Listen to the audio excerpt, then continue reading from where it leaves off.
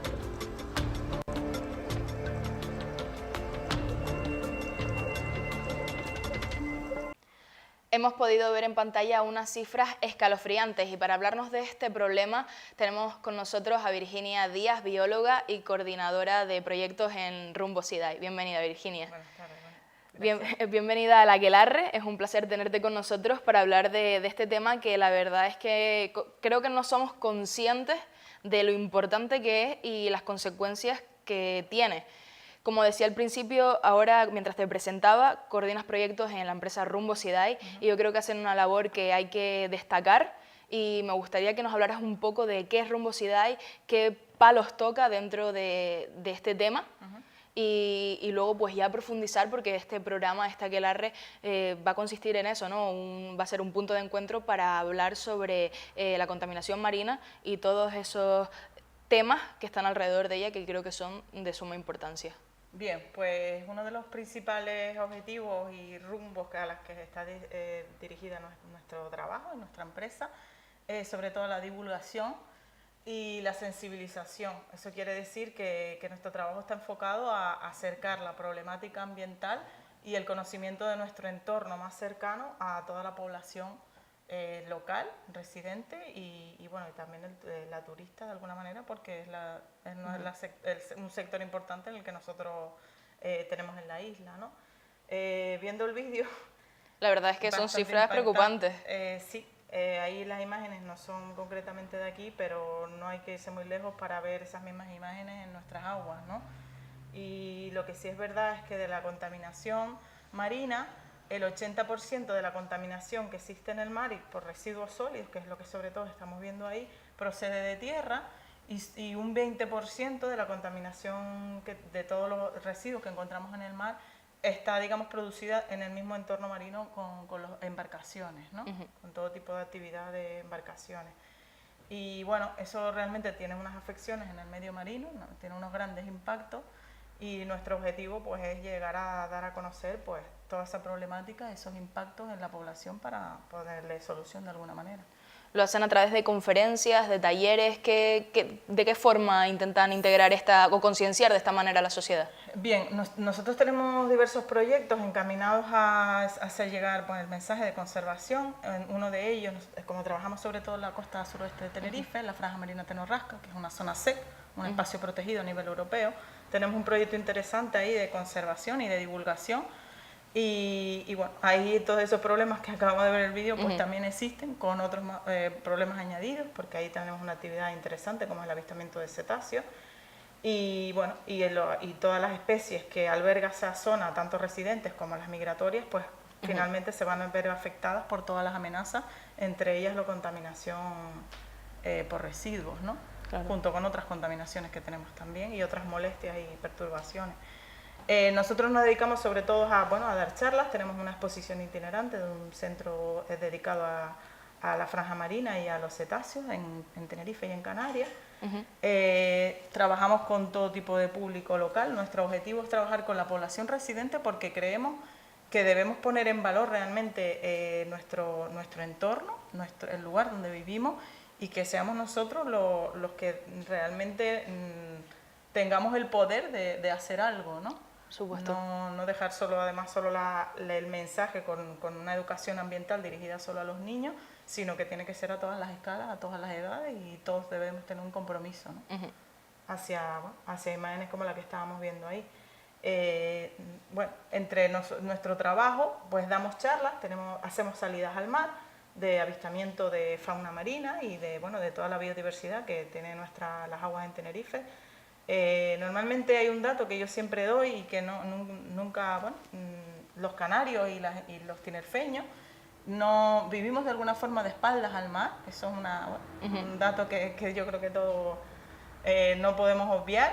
Y sí es verdad que nuestra misión es un poco acercarle y darle a conocer todos los valores naturales que tiene nuestra tierra y nuestro mar, ¿no? Es muy poco conocido que estamos en uno de los lugares del mundo para hacer avistamiento de cetáceos. Tenemos una población residente de animales que viven aquí todo el año, además de todas las especies migratorias que nos visitan durante el año. Ahora además estamos en una muy buena época para ver todo tipo de especies, las que nos visitan. Y no hay que perder el foco de que tanto las que viven aquí como las que nos vienen a visitar están sometidas a las amenazas de contaminación y otras molestias como actividades no legales que se hacen, por ejemplo, en la franja marina, ¿no? Como puede ser pues barcos que no respetan la legislación, que no están autorizados al avistamiento de cetáceos, la contaminación acústica, la gran cantidad de embarcaciones que hay en esa franja marina que no están controladas, que no hay vigilancia. El viernes tenemos concretamente una mesa redonda donde vamos a hablar también del avistamiento de cetáceos en Tenerife. Y va a salir pues a la luz todo esto que hemos estado hablando, de todas las ilegalidades que se están cometiendo, la forma no sostenible de cómo se está haciendo la actividad y de qué manera podríamos ponerle solución entre todos, ¿no? Entre las empresas y entre las autoridades competentes. Pues que realmente es un problema que nos atañe a todos, tanto a empresas como a la población, que es muy curioso eso de que vivimos de espalda al mar, porque realmente sí estamos rodeados de agua, pero yo creo que no le prestamos la suficiente atención, sino que lo utilizamos como un espacio recreativo en el que ir en verano o cuando el tiempo aquí nos lo permite más a menudo, pero no nos preocupamos realmente de lo que hay debajo. Y eso es una de las cosas de las que quería hablarte, porque nos has hablado de la contaminación química, nos has mencionado diferentes puntos que afectan no solamente el vertido de residuos, como puede ser el plástico, que es como el gran enemigo, ¿no? Si no me equivoco, de los animales y del agua. Entonces, me gustaría, Virginia, que nos fueras contando los tipos de contaminaciones que existen para que desde casa sean conscientes de la gravedad que puede ser tirar una tapa o incluso también una colilla, dejarla en la orilla y que la arrastre, y también pues por supuesto cómo puede dañar eso también a la fauna marina. Al ecosistema. Bueno, con tipos de contaminación, realmente la más alarmante con la que nos enfrentamos ahora en nuestra era es la contaminación por plásticos, por residuos sólidos. Como ya dije, pues el 80% tiene que ver con lo que nosotros vertemos de forma descontrolada desde tierra.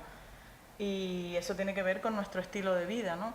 Hay imágenes que hablan por sí solas cuando vemos pues, animales que de alguna manera o de otra se ven afectados por ese tipo de contaminación, porque se tragan los plásticos, los confunden con comida. Estamos hablando de aves marinas, ya hay estudio que dice que el 80% de las aves marinas a nivel mundial están afectadas por ingestión de plástico. Ahí tenemos unas imágenes. Aquí tenemos otra imagen. Estamos colaborando en un proyecto también interesante en la divulgación que nosotros hacemos con Francis Pérez, el fotógrafo, que tiene, no con esta fotografía, pero con otra que sí que hemos traído, con la que se llevó un premio internacional, el Worldpress, y es que la imagen habla por sí sola. O sea, lo que nos está diciendo esta fotografía es que el estado de salud de nuestros mares no está bien, ¿no? Esto es un bioindicador, o sea, la fauna marina y las tortugas, que son migratorias, son especies que a nosotros nos visitan, que no viven aquí siempre, pero sí nos están diciendo que el estado de salud de nuestro planeta no está bien, ¿no? Entonces, bueno, hay otros tipos de contaminación, es verdad. Está la acústica, que tiene que ver con las embarcaciones, con los barcos, con barcos que hacen maniobras, etcétera. Eso también perturba a la fauna, sobre todo en la comunicación, porque muchos de los cetáceos y de otras especies se comunican a través del sonido, ¿no? Y luego, bueno, tenemos también contaminación química, que tiene que ver con, pues sobre todo con cultivos, a lo mejor cercanos a la costa, como pueden ser que utilizan pesticidas, insecticidas, eso se filtra, es un tipo de contaminación química. Y bueno, pero realmente el problema grande al que nos enfrentamos es a los plásticos y al calentamiento global. El calentamiento global es un síntoma de otro tipo de contaminación que es la atmosférica, por el CO2 que hemos emitido a la atmósfera y también por nuestro estilo de vida, ¿no? En esa imagen que se veía la afección por microplástico, justo después vamos a hacer una proyección concretamente que va a hablar de esto, del documental Albatros con Sea Over Life, y en esa imagen lo que se puede observar es que con los plásticos en el mar, todas las especies a todos los niveles y en todas las cadenas tróficas ya se están viendo afectadas por los plásticos y los microplásticos, ¿no? De una forma como puede ser por ingestión, porque se los traga, o en los animales más pequeños como los filtradores, porque eso ya está, los plásticos más clásicos microscópicos están siendo también filtrados por las especies más invertebrados o bueno, como puede ser pues el plancton, ¿no? Y eso pasa al resto de la cadena trófica. Y otra de las afecciones es como las imágenes que veían, que los animales terminan siendo enmallados, se ven atrapados en todo ese tipo de residuos y pagan las consecuencias porque bueno, pueden morir ahí en ese enmallamiento o con graves consecuencias. Bueno, ahí tenemos un caso de hace unos años, una foto de Canarias Conservación, que apareció un rorcual, una de las especies migratorias que pasa por Canarias, con ese gran cabo alrededor de la boca y bueno, la causa de muerte de ese animal fue que murió de hambre, de inanición. El animal pasó un montón de tiempo en el que no pudo alimentarse, es una gran ballena que se alimenta por filtración, ¿no? Y bueno, es brutal esa imagen. Es muy dura. Es bastante dura. Pero realmente es que esto es lo que vemos nosotros cuando estos animales pues los rescatan, podemos ver fotos en redes sociales, pero es lo que comentábamos con la foto explicativa que veíamos antes en pantalla, que realmente a todos nos afecta. Hablabas también de las aves marinas. En Canarias las mayores afectadas también, por así decirlo, son las pardelas, que mueren muchísimas, cientos de pardelas aquí en... Realmente, bueno, todas las aves marinas están afectadas porque son especies que viven en el mar y se alimentan en el mar, entonces evidentemente son otros indicadores de que nuestros océanos no están bien. Ellos también, la gente que vaya a ver el documental, concretamente habla de un primo hermano de las pardelas, que son las especies que nosotros tenemos aquí en Canarias, que son los albatros, y el síntoma es claro, o sea, los animales están alimentándose y alimentándose a sus crías con puro plástico, y terminan también muriendo porque realmente pues eso no se puede digerir y termina causándoles la muerte, ¿no? Esos mismos casos los tenemos aquí con pardelas, con tortugas, con cetáceos, que o mueren enmallados, como ya dije, o atrapados, o por pura ingestión. Hay datos de necropsias de animales que se han rescatado ya, o sea, que se han sacado muertos, donde se le hace un estudio estomacal y se ve perfectamente que los animales se han alimentado con puro plástico, ¿no? Y es que si, por ejemplo, los cetáceos no corren el riesgo ya de por sí de alimentarse de toda esa basura que se vierten a los mares, también corren el riesgo de ser heridos por barcos, por motos de agua, todo eso. Desde tu punto de vista, ¿cómo debería gestionarse eso en las islas para que todos podamos convivir, ¿no? Que al fin y al cabo salir tú a la playa con tu moto de agua, dar una vuelta, no le cueste la vida a una ballena o a un delfín o a lo que fuera?